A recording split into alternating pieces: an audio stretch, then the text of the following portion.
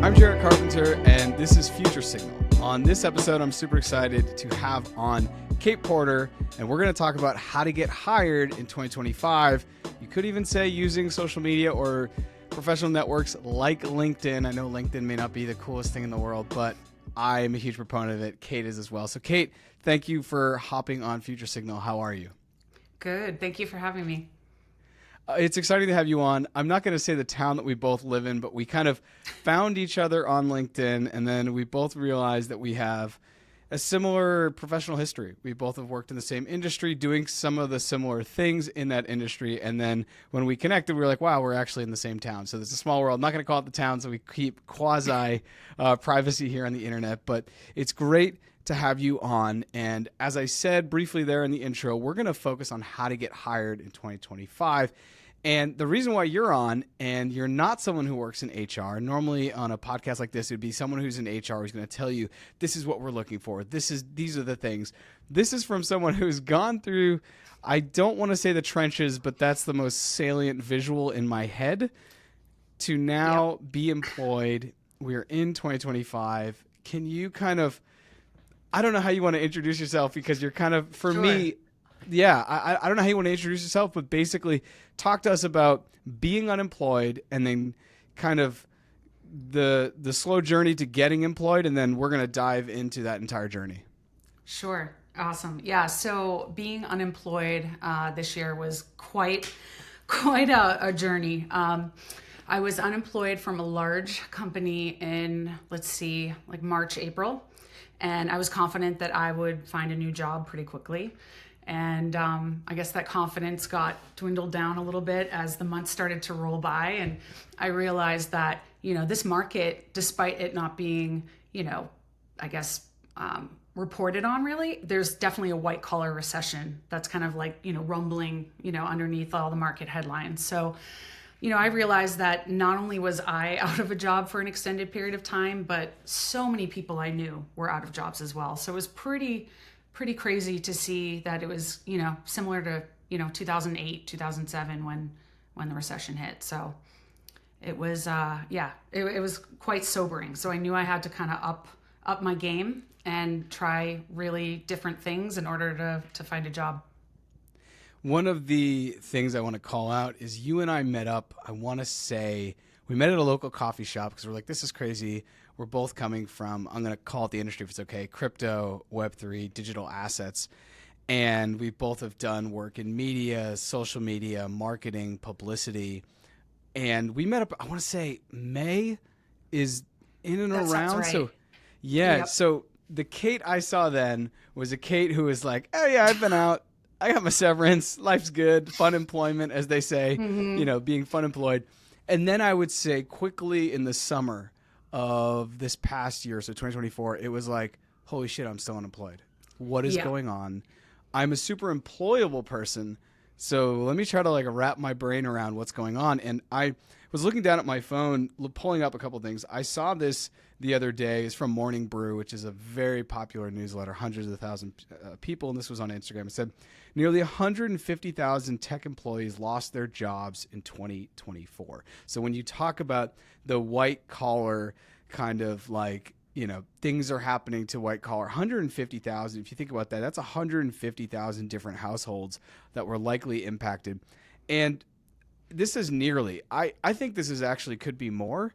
And I think that this may be, I don't know, maybe generous. And I've saved things throughout on Instagram around this specific topic of the changes in labor dynamics. And I think a lot of it has to do with AI, and we're going to dive into AI. But where to start, right? One of the reasons why I wanted to have you on is because I know personally a good amount of people right now that are, quote, white collar, and they're unemployed, and they're trying to figure it out. And one of the things that I said in the intro is that you and I are pretty bullish on LinkedIn. And you basically said, before we got on here, people maybe don't even have to listen to this. I'm now paraphrasing. People don't even have to listen to this episode. Just go like get your LinkedIn up to date, because that's going to like very much help you more than you can imagine. Beyond that, let's start at more traditional things, because I think when someone gets unemployed now, even today, before they even think of LinkedIn, they think of two things. They think of, how are my references, and what does my resume look like? Mm-hmm. Yep. Talk to me about those. Let's start with references. How important did you find references over your 6 to 7 month period of trying to find employment? And I know I'm talking a lot and I want to pass the mic, but I want to build more context for people. Sure. You started to hit LinkedIn so hard every day. It was like one of the more impressive things, which is why I really wanted to have you on to talk about how to get hired. So references in the digital world that we live in, of personal brands, of personal websites, of LinkedIn, of having your social media up to date, of having your X up to date, or whatever it is for your specific industry, how important are references? Yeah, I mean, references are massive, and not just references that, employers can call and check, but references online as well. So again, not to go back to LinkedIn necessarily, but I found that, they have a recommendations feature, and, I reached out to old, bosses, old colleagues, and just different people that I worked with through different dynamics, and asked them, hey, would you mind drafting something that, showcases, these areas that I'm looking to obtain a job in. So, if you've built some really good connections and had really great relationships, usually these people are absolutely fine to write them. And so what was helpful with that was I was able to repurpose a lot of the blurbs and the references that they were able to provide me and put it in a portfolio, for example. I think just having my, portfolio, as well as, quotes from a former boss, a former colleague, maybe a client, that was, extremely helpful. When you said the portfolio, is that a website where you have those kind of live for people to see? Or was this a PDF that you curated that you'd send out? Yeah, it was a PDF. I have worked for some pretty large brands, and there's some sensitivity, right? I didn't necessarily want it to all live on the internet, but what I did was I would upload it into Google Drive, and I would put a trackable link to see just how many people were clicking on it. It gave me a good idea of just how many resumes and my portfolio link, like how many were being opened. So I found that to be really helpful. We're going to try not to make this a LinkedIn fest, even though I think we probably could. One of the things that I saw you throughout is staying on LinkedIn, where you would post weekly or whenever I guess it would make sense, a post about, hey, if you're interested in the graphic design industry, let's say, for example, I'm just throwing an example out, which actually may be a bad example because that's an industry that's being beat up currently Sure. by AI. But you would go around and you would say, here's these 20 companies hiring in graphic design, and you would tag the company and then put the job posting. How did that work as an overall strategy to kind of bring attention to you as someone who's out in the job market, and you're not, basically you're trying to give back as much as you ask for? Yep, absolutely. I mean, I scoured the internet all day long during my search for jobs, and I kept seeing a lot of really great opportunities that might be maybe too senior for me or too junior. But I also know that, I'm pretty tech savvy. I consider myself pretty tech savvy, and, maybe a lot of these folks aren't seeing some of these roles. And I know I'm connected to a lot of people that are in the same position as me. So really my goal was to share these opportunities, kind of give people a little hope, like, hey, here's some opportunities. There are jobs out there, and also, be top of mind. I think by sharing the jobs, I was able to get a lot of other people that were willing to help me. So then, when they saw a job, they would message me, and a lot of people just were very thankful. And it was just a small task I could do. I mean, I maybe kept, a note section with the links and the job titles, and, kept them and would create a list, 1 or 2 times a week. Yeah, I think that that's really great. And I love that people would then reach out to you with jobs because they're like, hey, you sent me over this job position. Thanks so much. One of the things I constantly do on LinkedIn is I send people job positions I see, even if I know maybe they're employed, but I know that this is like a good fit. Or if I know they're unemployed, it takes 5 seconds to just kind of like send someone a job description. On LinkedIn specifically, were you using premium? I assume yes. I was using premium. I hadn't used it in quite some time. I did feel like it was worth the the investment. I know, however, when people lose their jobs, that it can be it can be a decent investment, but I did find it to be valuable, at least for what I was trying to look for. And how much was it? Just because I think, as you said, when you lose your job, you don't want to spend money all of a sudden. I want to say $39.99, but don't quote me. But that's a decent amount. That's more than some gym memberships, But I think that as long as you can, keep that subscription up, I would. If you can't afford it, it's not the end of the world. I still think you can use a lot of the different features and tools, but I did find it to be helpful, at least when I was unemployed. How important in the current job landscape or the employment landscape is authenticity? Because I know that AI is slowly starting to take over so much, and we're going to get into some of the AI tools you've leveraged to find a job, which I think is great alpha for people to listen to. But how much was it important, or how important was it for you as a candidate to be authentic? And how do you think that actually ultimately led to you getting employed? Yeah, you said that I was different, right, in May. So I was maybe a bit more confident. I had my severance. I was like, I got this. I got some time.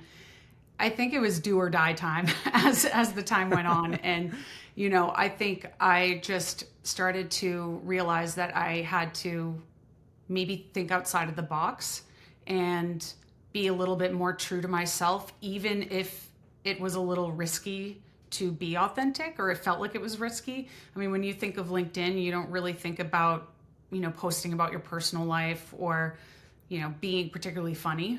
But, at the end of the day, we're all humans, right? Everyone I've ever worked with has been, pretty cool. And, you always find something in common with them, right? So I think my goal was to just share the truth and the realities of this job search. I realized I was not the only one. I saw so many other people in the trenches, and I had to kind of speak up for those who might not be maybe as social media friendly or social media savvy. I fortunately had much of my career was in marketing and social media. So I've really kind of leaned into those areas to be authentic and to be myself. And I think that's a great thing to have said, because a lot of people don't create any type of personal brand on the internet. It actually just doesn't exist. Some of the people I know who are most well paid right now, friends of mine, have little to no brand on the internet. You can find very, very little about them. So for those people who have little to no brand on the internet, or don't have a social media and marketing background, or feel fluent in those mediums, what would your advice be? And actually, before you actually ask about the advice, what do you think their chances are? Because the story in my head is, if you have you have two people, an A and a B, and they both have the exact same skills, and one is a great presence on the internet and the other one has just basically the CV you're going to see, do you think the person with the CV has any chance right now to get hired? Right now? In that context, between A and B? In that context, I don't think so. And I think that was a tough pill for me to swallow. There's been times in my career where I have done a lot of personal branding, but having worked in corporate for a number of years, working at these large companies, I haven't really needed to as much. So, don't get me wrong. I understand it can be completely uncomfortable. And, me kind of going back out there, on LinkedIn and updating my, headshot and, creating, my website. It was uncomfortable, but I think in this market, you have to do something to stand out, even if it makes you feel completely uncomfortable. I've felt like that for a long time, and I posted about this the other day. Let me see if I can bring it up. But basically that a brand, your personal brand, is not something, and I'm trying to find it right now, is not something that you can just trivialize anymore. I think that it, as I say here, it used to be a nice to have, and hopefully I can find this in the next 3 days. I don't know why I can't find it, but I'll just, man. All right, I'm going to summarize. The idea is that a personal brand used to be a nice to have. It used to be like, oh, they're working on their branding. Oh, they have their Instagram, or oh, they have their website, or oh, they're writing a blog. Or for me personally, this is my brand. You're experiencing my brand, right? It's having conversations with people that I think move the needle forward. and create signal amongst the noise. Right now, there's a lot of noise of, hey, there's a lot of unemployment. And I'm here, like Kate talked to us about how we can find employment. And I think in the world of AI that it's about to drastically take over. If you go back and listen to 2 episodes before this, everyone, Andy Bryant came on and he was basically talking about how software engineers are likely to be replaced probably in the next 24 to 36 months by AI.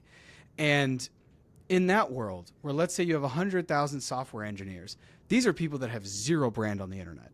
They do not have brand because they've been able to get by, as you said, working for corporations, working for, I don't know, Meta, Google, Apple. And their brand was that they were tying themselves to a brand. So on their CV, you would see, wow, they work for all these companies.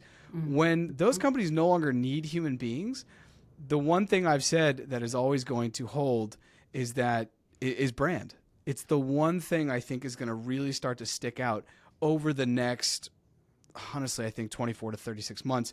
And I can't find the post I made, but I'm going to quote Naval Ravikant. He said, be a creator and you won't have to worry about jobs, careers, and AI. And I feel the same way. Be someone who is thinking about their personal brand and is investing in that just the same way you would invest in your 401k.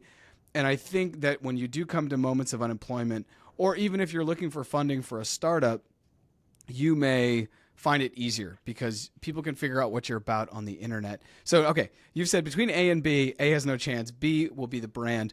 For that person, though, maybe like the software engineer who all of a sudden is going to be replaced by AI, what are the first couple steps that you think they should do? You mentioned a personal website. How important do you think that is?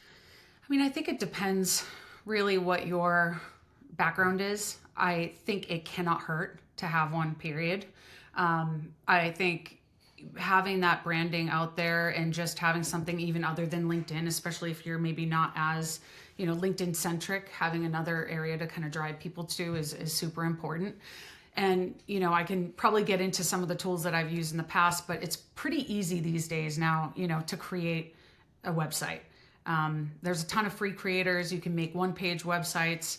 So, I don't think you need to have a lot of skills to create one, and it certainly can't hurt. I think at the end of the day, it makes you look more polished, it makes you look more professional, and just markets you as the better candidate. How much I haven't looked at your website, but is your website just a one page? Does it basically reflect your resume basic and have a call to action of how to get in touch with you? Yeah, that's a great question. So it does not have exactly my resume, but it's kind of just an overview of who I am, my background, what I'm looking for, although I do need to update it now because I'm no longer looking for a job. But essentially what I was looking for, what my skill sets were, and then also putting those recommendations on there as well. So I was able to, put my website into, my resume. And, I think I got like, katemporter.com for like $11.99 or something like that. And even if you don't know how to set up a website, you can easily direct these free sites to your URL. So it's super easy, and I don't think you have to have too much there. Can I ask what you used to create your site? Yeah, it was called about.me. I know there's a bunch of other ones. I did pay for, again, their premium. I believe it was like $8 a month in order to, redirect that URL. So, there definitely was a little bit of an investment in some of these tech tools, but I found it to be, part of playing the game. You've said now, let's say it's $8 a month to get the website up, and you spent probably $12 to get the annual hosting of the domain katemporter.com. You've maybe got 30 to 40 in LinkedIn Premium. Where else were you like, you know what, I got to pay to play here? Yeah. So there's obviously a lot of job sites out there, right? And I think it's really hard to figure out which ones are worth it to pay for. Some sites promise you different listings, and you go in, you pay the funds, and they're the same listings you can find anywhere else. I think in a particular area, if you're eyeing, like at the time I was looking more towards Web3 roles. Web3 roles are not all on LinkedIn. Like, let's be real. A lot of folks just don't want to be on there. And so there are a lot of specific sites, and I don't have the list in front of me, but I'm happy to share the sites that I found. I scoured the internet, found all the major Web3 job posting sites, and maybe there was a handful that I might have paid a little bit for, but even so, it was good to get off LinkedIn and go for that. So I would say you maybe pay for a job board, but usually not. Usually most of them are free. Another tool that drastically cut down everything I did was called resume.io. This site, I mean, I should be probably, an ambassador or something. I've recommended it to You should have an affiliate link. I tried to get an affiliate link. I tried. I think I applied for one, but if they're listening, I'd love an affiliate link. So resume.io has a bunch of different tools. I found it to be invaluable because, everyone always says, tailor your resume to the individual job that you are looking to go for. And that's really freaking hard to do when you are applying for, I don't know, 10, 15 jobs a day or something, So what I found was using this was really valuable for me in terms of being able to identify the different keywords that were in the job description and really tailor my resume accordingly. And so what resume.io does is they offer like a percentage of like how much your resume matches the job listing, which was super helpful. So as you start to revise it, the job listing percentage match goes higher and higher. So I found that to be super helpful. I think it just took a lot of the manual labor out and made things a lot less stressful for me. So again, that's a paid tool. Off the top of my head, I can't recall how much it is. Worth every penny. I would say that is probably worth more to me than even LinkedIn Premium. What it also offered was a way to generate cover letters. Obviously, they look pretty AI generated, I'm not going to lie. But what they do is they do pull in the key points of your experience that are relevant for the role. So it's a good place to start. You take what they give you, you tweak it, and it helps quite a bit. That was going to be my next question. Cover letters. Yeah. So Yeah. do you want to? Yeah. Do you want to speak on that? Because I feel like cover letters, and someone said this to me.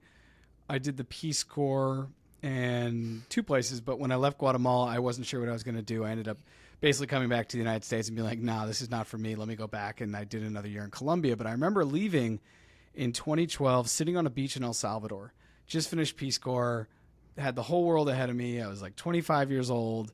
And I remember sitting there with a buddy of mine, Damien, and we were talking about getting hired, and we were just sitting there with our laptops on Wi-Fi, like, oh, let's apply. Like, we got to get jobs. We have to do this serious thing now.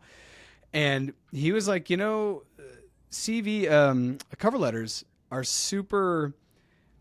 They're put there to like obstruct and to keep people out of jobs. It's like a cover at a club, essentially. Yeah. It's like, no, you can't pay the $50 cover. See ya. Because this is back in the day where even sending this is, 12 years ago, 13 years ago. I feel very old saying that.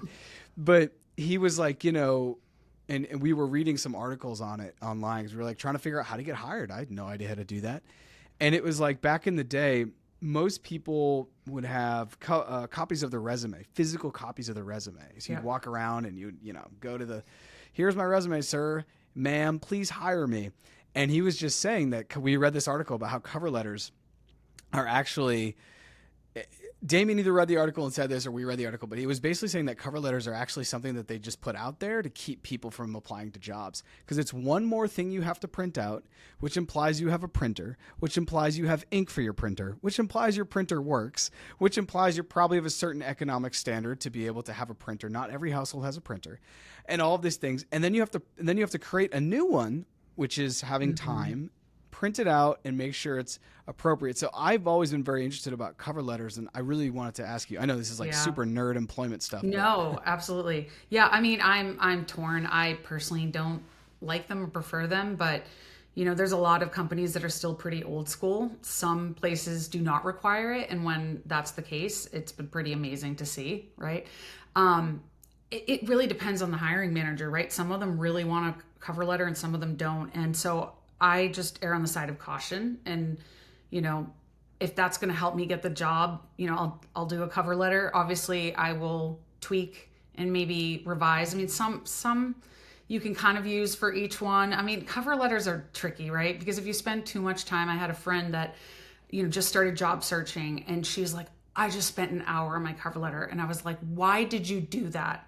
Like, do not waste your time, because, you just on one for one company. And so I think it's a fine balance between wanting to revise it enough so that it fits that job, but not spend too much time. Because I think at the end of the day, the hiring managers know we are all just trudging through all this. We're trying to just get what we can out there, and a lot of the stuff is kind of the same, right? So I'm not for cover letters, but I do them anyway until they become obsolete. Yeah, I just remember spending hours on cover letters in the past, and I actually have a full folder that's called jobs or something, and I've left them in there as like a digital paperweight to remind me that I hope I never have to do them again. I will say this is maybe the only tip I'll add as you continue to provide alpha here for people. For my last job and for maybe the job before that, I said I'm not doing a cover letter again. If they ask me for a cover letter, I'm giving them one template. I just send them this one thing. And it had 4 images. One was my website, one was my LinkedIn, one was my probably Spotify to go here to the podcast to like show people this is like what I'm into. And that was it. And it was a super colorful background, so it wasn't on a white piece of paper. So my whole thing was like, ideally, if they open it up, it just looks drastically different. It may not even be good, but it is so freaking different that they cannot not pay attention to it. Sure. And then maybe they'll click a link. There was only links. It wasn't any text. And that was me saying, like, if you want to hire me, this is the game we're playing. I'm not playing this. I'm going to spend 6 hours, because I've spent hours in the past, just like your friend, curating and they're going to hire me when they read this because this is Nobel laureate. It's like most times they don't read that. They don't read that. And so it's a waste of time. Like I said, it's a barrier. It's this like speed bump that gets in the way. Cover letters. That was one of my questions. And then the other one is headhunters. Where are you with headhunters? How did that work out? Yeah.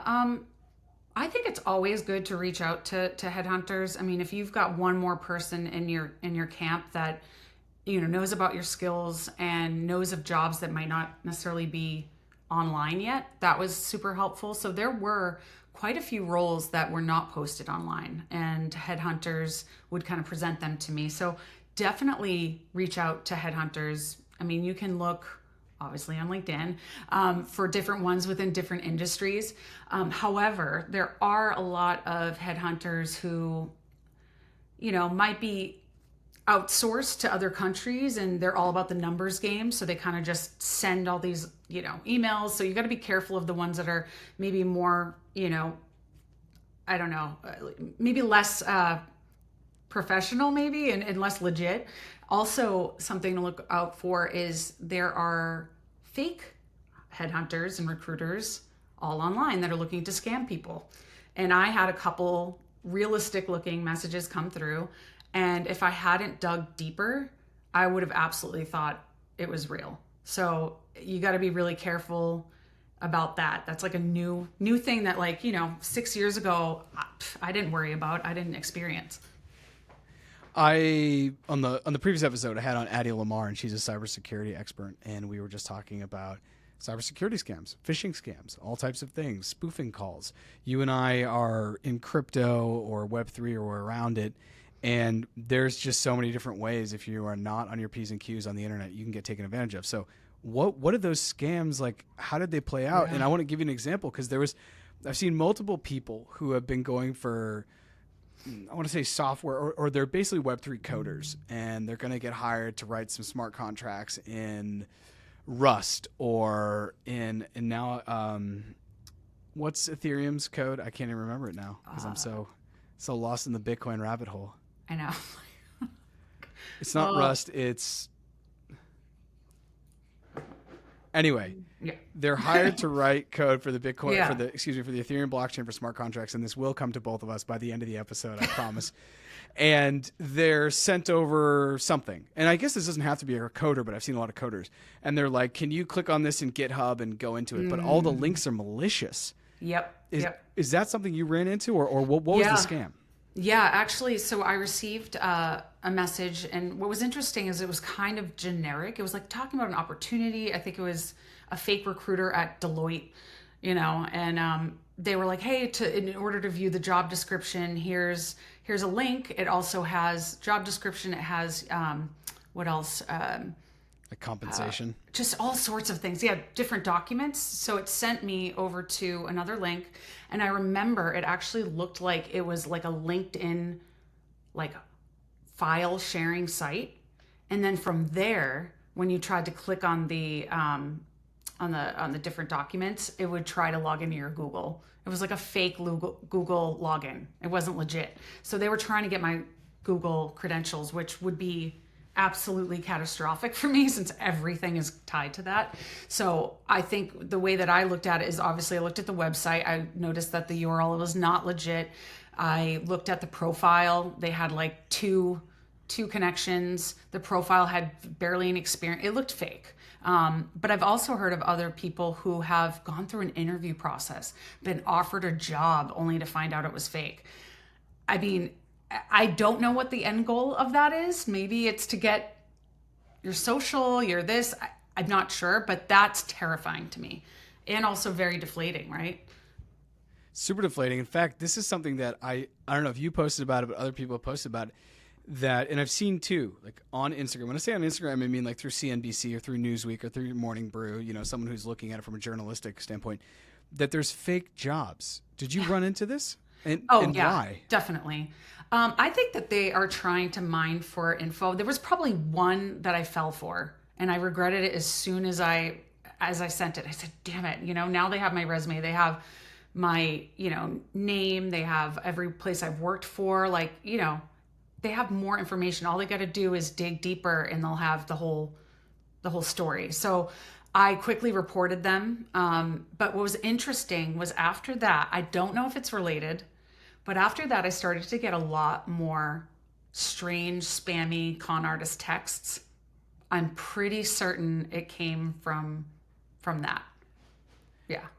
Every day I get a text, and yeah.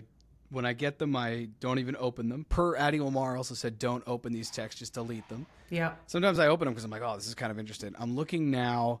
I don't have any text, but it would be like, hey, so it's just generic. It doesn't even say my name. Like, hey, we're from the whatever consulting firm, and we know you're looking for online work. If you do this, it can pay you $200 to $300 a day. You can work from home and all this. It doesn't even have a link. I assume it's trying to like get you in, build some trust, build some rapport, and then they're going to send you that link. That's been happening a lot more. Clearly it's not just in a vacuum. If it's happening to you, it's happening to me. I know other people, friends. My father is talking about it. So there's clearly a lot of scams. And then aside from the fake jobs, what about the real jobs that don't treat you well? Because you've posted about this multiple times on LinkedIn, and I've seen other people where it's like 7 rounds of interviews. They have to send over, they have to do some type of a work or a proof of work to say, hey, I can do this work. You should hire me. And then not even just ghosting, but it's almost like you're not getting ghosted, but you're being treated so poorly in the process, even when it's a no. I don't know. And I think I want to say it was with you. Could have been with someone else. Some of these things blend in my mind. It was like the hiring person told you or told the candidate it was a yes, but then somebody higher up cut the budget. And so you just get totally like, what was actually going on? Yeah. I think that there's a lot of confusion in companies right now with different budgets and different decision makers. And that obviously proves to be very difficult for the candidate. I have interviewed with some, companies that are like, look, we're going to do this fast and easy. We want to find the right candidate. We want to cut to the chase. We don't want to, just yank you around. And so I think that was pretty defeating, right? Because I think at the beginning of my job search, I was I wasn't thrilled, but had a lot more energy. I had, just a bit more optimism. And as I started to go through multiple rounds at multiple companies and explain why I wanted to work there, what made me great, I actually at one point almost started to become worse at interviewing because I was so exhausted from it. So the burnout can be pretty real, especially when these companies are requiring so many rounds. So I think at the end of the day, too, it kind of tells a lot about the employer, too. I think you need to also assess. I mean, yes, we need jobs when we need them, but you can tell when it's kind of a red flag and that maybe they're not going to also treat you right if you were even hired. I remember all those companies that screwed me around. Like, you don't forget that, right? And so I think it also does damage to their their company name. And I think that once it is more of a I guess candidates market, if it ever is, these companies might regret treating people that way. You think it's Maybe ever not. going to be a candidates market I again? don't know. Yeah, I don't think so.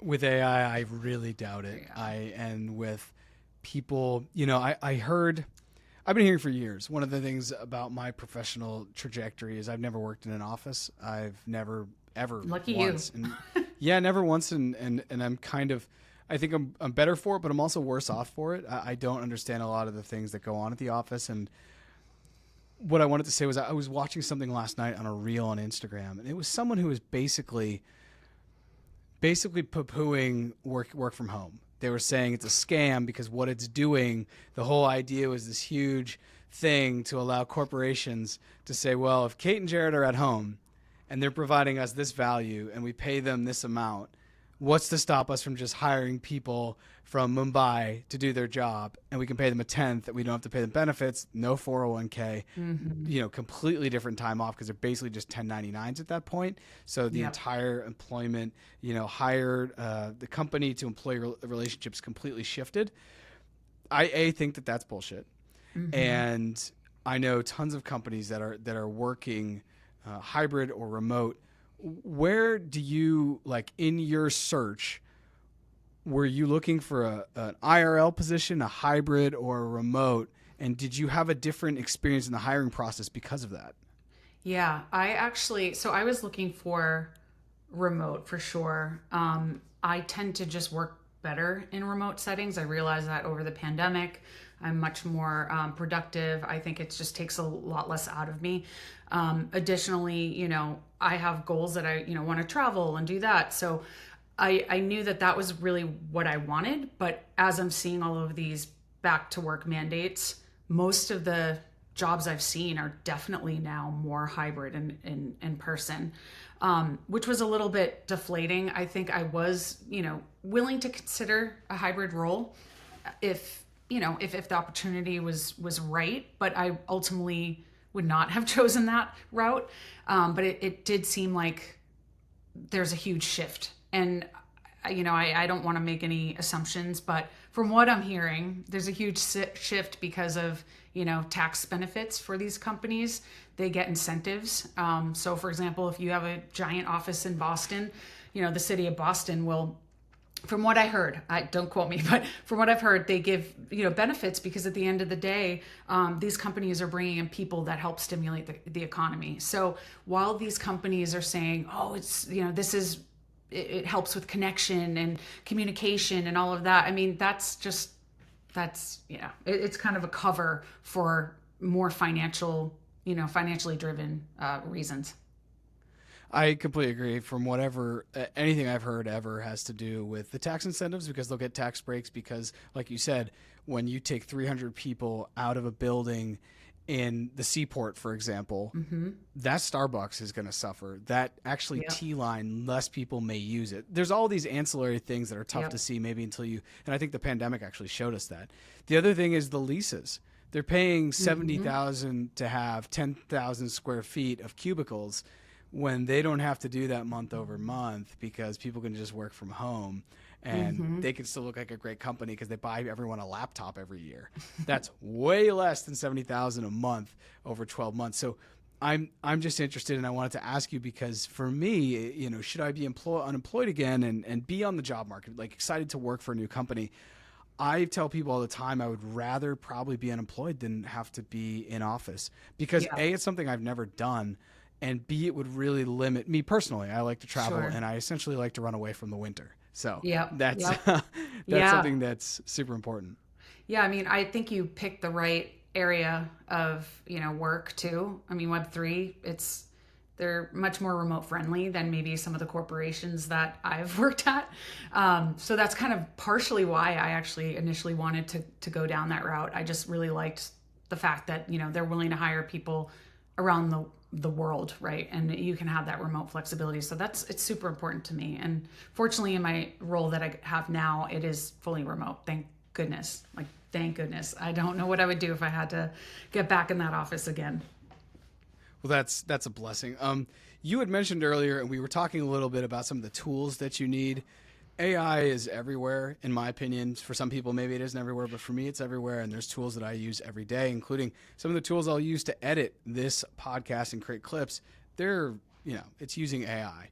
So what are some of the tools that you use? You already mentioned resume.io, which is some type of a tool to kind of go through and say, yeah, you're getting closer, you're getting warmer. This is 80% match your resume to the job description. What are some other tools you said?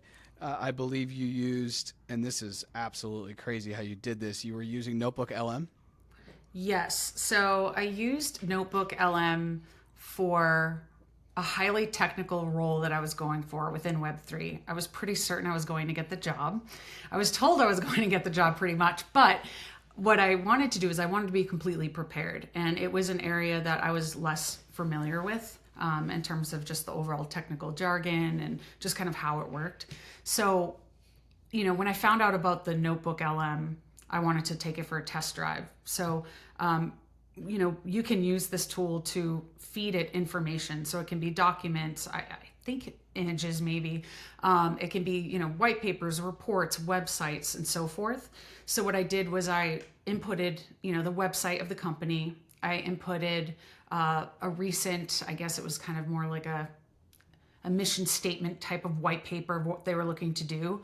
And then also uploaded, a few articles about them and so forth. And what it did was it aggregated all of that and created not only documents, but it created a podcast, like a fake podcast that sounded realistic.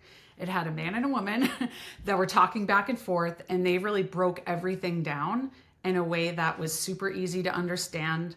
I love podcasts. I'm listening all the time. I don't have to be watching them. This was invaluable. I was able to not have to scour their website for hours and, just read everything possible. I could just listen to it. So I found that to be, it was pretty wild that I could do that. This is pretty meta because now you're on a podcast saying that you love podcasts.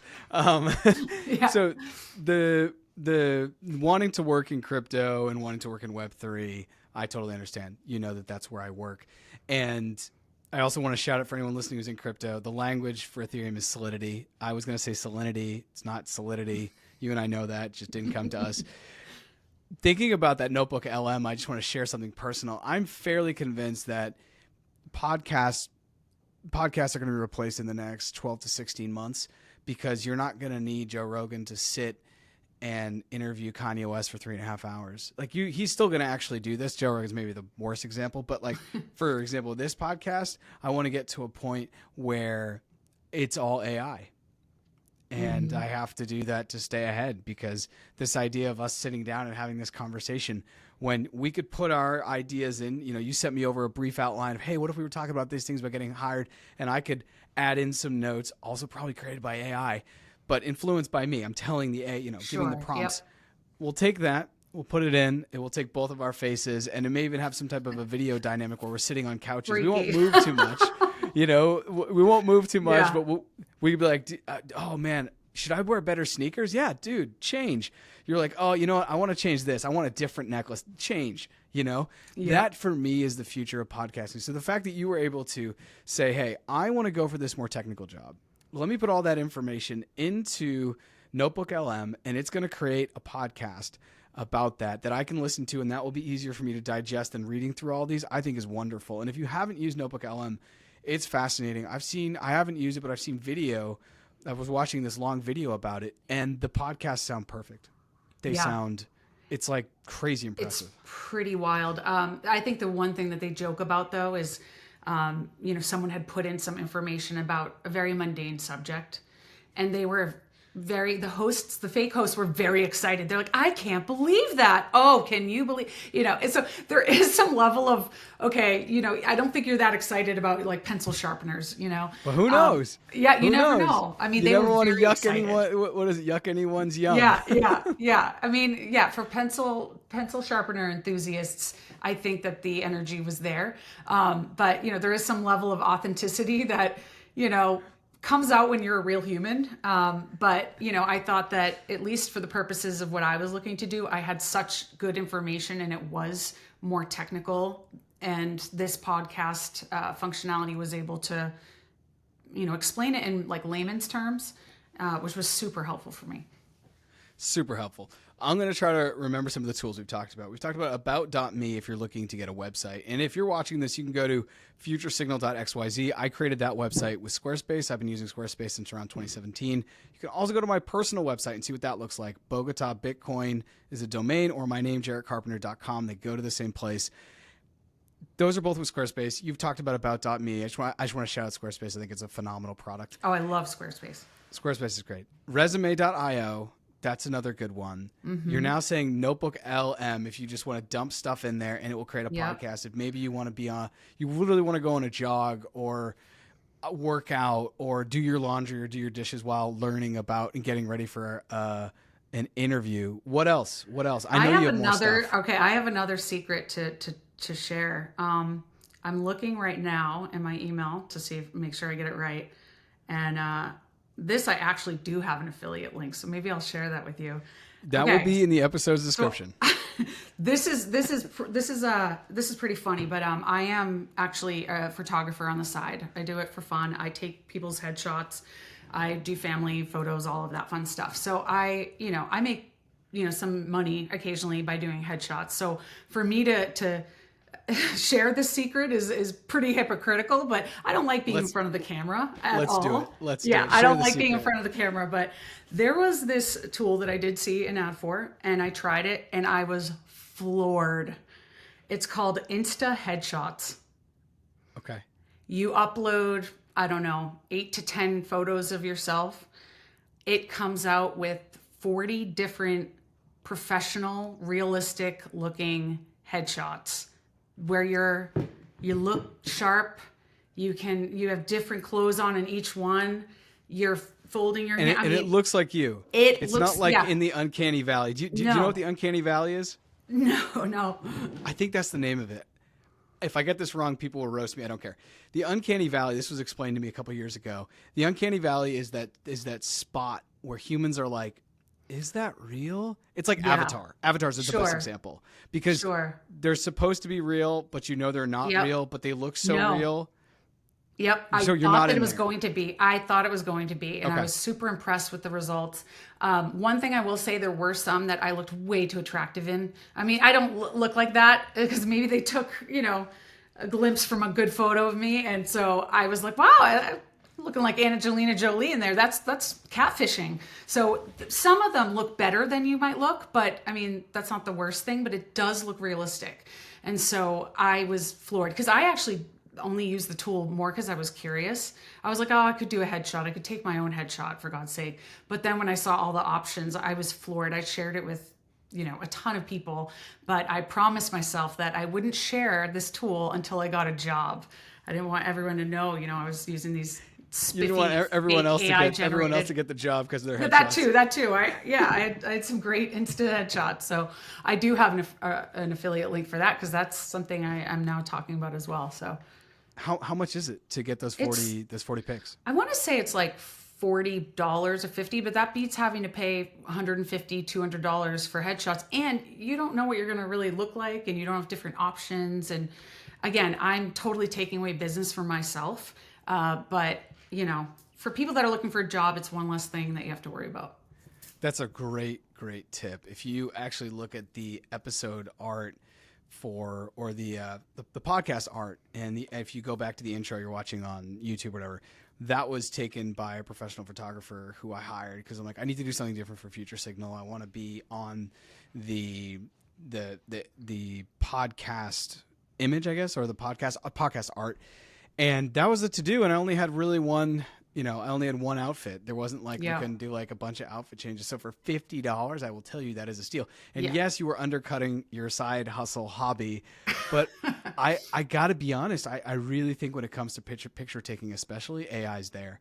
One of a friend of mine from New York, she was like top 10, top 20 photographer in New York, just for fashion and everything. And she lost her job maybe 12 months ago, and she's back in grad school because the entire industry just got gutted because That's wild. people who are doing makeup, AI, people were doing lighting, AI. She was doing the photography, done. So she said it's been like scorched earth for her for photography.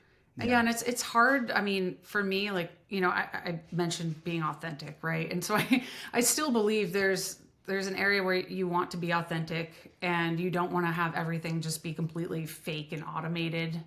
I think there's a balance between automating because you are, you're trying to become more efficient, right? You're trying to get that job. You can't wait 6-7 months to get it. You're overwhelmed already. You're wondering how you're going to put food on the table. What are the tools that can make it easier for you? And then where are the areas that you can continue to just be yourself and be authentic? It's a hard balance, right? I know you say AI will take everything over, and it will, but I also think, for me at least, AI, it kind of aids my authenticity, if you will. I've used it sometimes to generate ideas and different things, but never to fully replace at least what I want to put out there. Yeah, I think AI where it is right now is definitely more of a leverage tool. For some places, however, like I said, with photography, knowing about this story, she was top 10, top 20 in New York. Yeah. Was overbooked, worked with some of the biggest magazines you can think of. But right now, I think it's taking out little spots, right? If you're a copywriter, I think you've been done since November 30th, 2022, when the first iteration of ChatGPT came out, in my personal opinion. People argue, whatever. Depending upon where you are, but for me, I'm doing a lot of media these days. I'm doing a lot of podcasting, and I listen to NoteBookLM, and I'm like, okay, well, this has been fun. I need to continue to evolve and iterate my human being and my ability to create. Otherwise, I think it's going to be difficult. And what you actually just said leads into one of the things I'm trying to do here with Future Signal. So far, we're good, which is the previous guest will ask the next guest a question. And if you remember, before we hopped on, I was like, hold on, wait, I got to do something. I was listening to what Addie Lamar had asked, and her question, she's the cybersecurity expert. And I was like, hey, I have Kate coming on. We're going to talk about how to get hired in 2025. And her question was, what is the biggest needle mover that you would say, something you could do that's going to impact your personal brand, elevate your personal brand to a level that's actually going to help you get hired? What's that one thing? Basically, what's the silver bullet to make your personal brand better that will increase your chances of getting hired? That's a great question. So my silver bullet personally was different than maybe some other people's silver bullets, but I still think people can get there. So the way that I got a job was, kind of thinking outside the box and just being super, creative. I, went on LinkedIn and I said, okay, how can I get the attention of people that, might be looking to hire someone like me? And so I would say, using my creativity, for example, I know LinkedIn offered me a job listing opportunity, and I'm like, I don't have a job, I'm looking for a job. But I thought, why don't I just write out a job description of, a company, the next company to hire me can apply to, be my next company. Like it's a role. It's like a new role. I tried to flip the script. I mean, that one, it got some pretty good responses and people were, getting a kick out of it. But I think just, being authentic and also being relatable and connecting with the community is key. I think that I had posted something else, I was kind of joking and I was a little bit sarcastic about being, a job seeker in the 2024 job market Hunger Games. And I announced that as like a new role. And I, added some funny, descriptions of my, expertise in terms of, the ghosting and interpreting awkward silences from, I don't know, you probably read it, but, I thought outside the box, and I posted that, and I knew that, hey, there was going to be some old colleagues that would see this and be like, that Kate is crazy. She's so weird, but I also was like, that's who I am. I'm just kind of a weird duck, and I like to think I'm creative. So I just threw something out there, and it was slightly funny, I thought, but I didn't think it was going to get as much momentum. And sure enough, I think people were like, I see myself in that. Like, that is exactly what I'm experiencing in my job search. It feels like the Hunger Games. I relate to that. And they felt a sense of connection. And from there, I got, thousands of new connection requests. I think the post saw 300,000 views, which on LinkedIn is quite a bit. It's a lot. Yeah. And I started getting messages from people like, hey, I would love to hire you. And granted, that wasn't necessarily achieved with the standard ways of applying for jobs, but I do think it was achieved by just being myself and being creative. I don't know if that's really the silver bullet, but you have to be yourself and also just provide value to others around you. And yeah, sorry, I don't know if... No, I think that that's a great answer, and I remember this post because it literally went viral. That is a lot on LinkedIn. The average one maybe gets, I don't know, 1,000 per every 2,000 or 3,000 connections you have. So to get over 300,000, and assuming you don't have 100 to 150,000 connections, I mean, you're really hitting above your weight. So there is a semblance of virality with that post. I think that's perfect. Radical authenticity and making sure you give back more than you take in the journey to get employment, I think is really important. There are people who only reach out to me when they become unemployed. They're in my they're in my circle. I don't know whether it's high school or it's in the town that we both live in, or it's college or any one of the things I've been a part of, but I feel like they only hit me up when they're unemployed. And I feel like that's not the best way, because then you're really asking for more than you're giving. And just at any time in life, it's not going to work out. And don't get me wrong, I think life has gotten in the way for me. For example, I wasn't on, LinkedIn or anything for quite some time.